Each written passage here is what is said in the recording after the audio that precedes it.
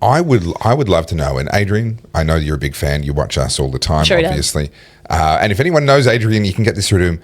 I would love to interview him because I would actually love to hear him say something that I'm pretty sure is going to be true, which is that all the noise does not bother him in the slightest. Yeah. I think once you have that kind of fuck you money, you couldn't care less. And Can I say it differently? Yeah. I think only if you couldn't care less would you end up with that kind of fuck you money. Yeah, I would say so. I mean, him and Troy Candy, they're a great team. And what I will say about those two boys is they are sensational marketers. Everything they do having is a McLaren on a crane being lifted up to the top, like incredible. That was worth. That McLaren paid for itself, and it's probably tax deductible because now it's just marketing spend. It's just marketing spend. Do you know what's funny is I defended him when that happened, and I got quoted in the Herald Sun. They grabbed my little thing. Yeah, that's hilarious. But you know, I really I don't know Adrian. I've never met him, and Adrian, if you watch this.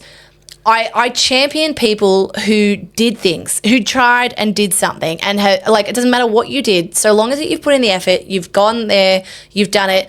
And everyone's saying, oh, he's an overnight success. No, he's not. And we know that. I'm not going to go down that trope. So can we start a campaign? All you Oddies watching, can we start an online campaign? The first live in-studio, in-person guest for the Oddcast should be Adrian Portelli. Oh, I think so. Yep. I would love to sit there and talk to him because like I said, I don't know him from a bar of soap. I've never met him. But I see what he does. I see what Troy does. And all I can think of, these guys are genuinely good examples to the next generation. Yeah. Look at what they were able to do.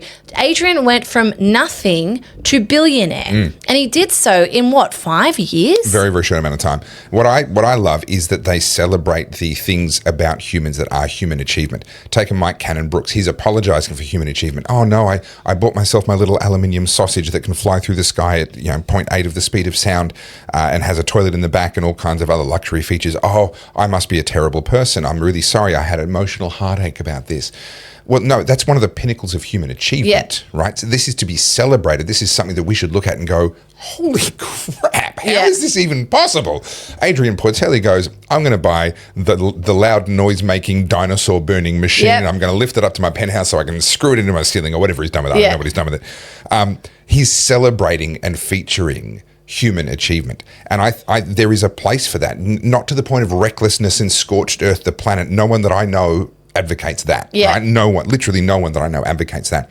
But to be ashamed of human achievement, I think is a level of self-hatred. Yeah. I'm with Adrian. Celebrate it. I agree. And I think people in Australia, I mean, we've talked about Tall Poppy 100 times, but there's this attitude that money is finite. And I see it in our comments too, from the Oddies, and I'm not having a crack at you guys. I'm just trying to get you to see that money is not finite. I understand what it feels like to not have a lot. I've definitely been there, and things are... My bank account is finite. Yeah. But no, wealth. I say money at any given moment in time, there's only a certain amount of money in existence. That can change. It does change all the time. But wealth... Yes. I would say it this way, wealth is not finite. Okay, sorry. Yep. Thank you for the correction. And so you can accumulate wealth. You can do it. There are people who are less fortunate, less intelligent, less capable doing it. The issue is, and not to get all woo-woo here, but a lot of it's attitude. Yeah. And I can see this in myself. There's what they call a scarcity mindset. And there's moments where the bills are coming in and money's just coming out and you're hemorrhaging cash. Yeah. And you're like, I don't have any money. And then I'll say things like, I can't afford it. I don't have money. Well, then that's a self-fulfilling prophecy. You're feeding that. But it's a tricky thing because I know when I was in my teens, I was reading Robert Kiyosaki's books and then spreading out from there to a whole bunch of other people's books.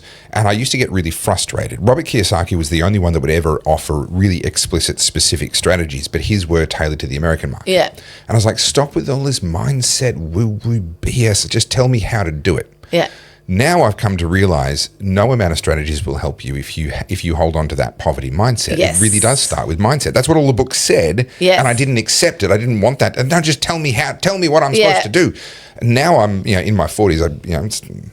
It's taken me a long time to become an overnight success, but I'm finally I'm on the cusp of that now, and just coming to realize no, if you have the right mindset and the right beliefs around wealth. And what makes it tick, you become kind of unstoppable. It's not that you can never have things go wrong. You could never get reset back to zero. But, guys like Alan Bond, he was a famous bankrupt from our childhood. he came roaring straight back. Like I think he went to prison or something like that. He gets out of prison. He's worth squillions again in no time at all. Yeah.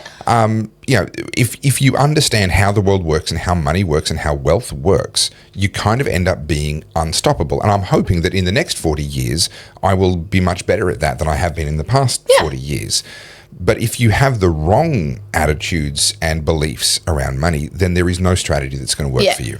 I'm a big believer in that. And I've got all the books, I've read all the books, and I think there's also a level of maturity as well. And I think what's held me back, if I had to look at my career, is I worried too much about what people said about me. Sure. 100%. Sure. And I'm happy to admit that. Did COVID have a little bit of an effect of maybe reducing that for you a little bit? Literally, I think, how people say that the universe or God will only give you that which you can handle. That was like God going, if you're not going to learn this lesson. You didn't listen when I whispered, so here's me shouting. Correct. And honestly, I mean, I make this joke now. I mean, it wasn't good, and I've talked about it before, but it's the best thing that happened to me because I honestly do not care. I see people write nasty things about me. I'm like, go, man, have about it. Yeah. Have about it. I don't care anymore. And what I nearly said to this person that I was talking with on the weekend, the person who was saying, all these people don't like you. Because this person has a lot of potential. Yeah. This person has a lot of potential to do a lot of good. Would I know this person? Probably. Maybe. I don't know. You'd know of. I nearly said to them, the number one thing, like the fact that you've walked up to me and you've had this conversation in the genuine expectation that I'm supposed to care about their opinions. Until you shed that, you're never going to reach your potential. And I kind of wanted to say it, and I went, he hasn't exactly come to me asking for advice, so I'm not going to make the presumption, right? But I'm looking at him going, this is going to hold you back. I think the number one thing that people need to learn is you're damned if you do, you're damned if you don't. So may as well do the thing that you want to do anyway. But when there's resistance, it tells you that you're over target. Like it can do. Yeah. Obviously, I'm not talking in generalizations, but like, for example, what I'm doing with the way I'm doing my content, I'll give you an explicit example. I've just talked about not being able to break into the Australian fashion industry. Sure. And I know why. I know exactly why. Yeah. That's okay. I'm going to build my own. So what I'm going to do is literally double down on being that assertive, out loud. This is me. And so long as I have the talent to back it up, and I'm not just being inflammatory for the sake of it, people will start to go, well, shit, she's carved her own path. And mark my words, 10 years down the track, she blazed her own trail. Oh, she's such a feminist icon. She's amazing. But meanwhile, like none of them, I talk about Aussies not sending the ladder back down. They don't. I hate it. It's part of our culture. But, the worst thing we can do is participate in this news culture where we just keep repeating the same lines like, successful person, out of touch with reality. I want to see, the biggest one was Adrian Portelli's on these spending sprees. So, he goes to Europe and he buys cars every year. And, he bought his Lamborghini yacht and all this sort of stuff. It just spits in the face of people in a cost of living crisis. I'm like, does it? Yeah. Does it? Because all the money he's spending was given to him voluntarily by people who were happy to do that. People sure do forget about agency when it comes to these things. Yeah, correct. And unlike all the money that the government is spending that wasn't given to them voluntarily by people who are also in a cost of living crisis, I don't think anyone who works, especially if you work for the ABC, you are not in a position to criticise someone who has made their money in voluntary private sector business. Yeah, and, Daniel Andrews been over in China getting his Chinese money. Anyway. All right, whoa. You mean to tell me you've watched all the way to this point, an entire segment of the Oddcast, and you're still not subscribed? Seriously, what is wrong with you? Just subscribe, like, share, tell everybody. You had fun, right? Tell everybody else. Let them have some fun too. And listen, buy me some coffee, please. I'm desperate. I'm starting to get the shakes. There's a coffee. That one. Scan that coffee, please, now. Thanks.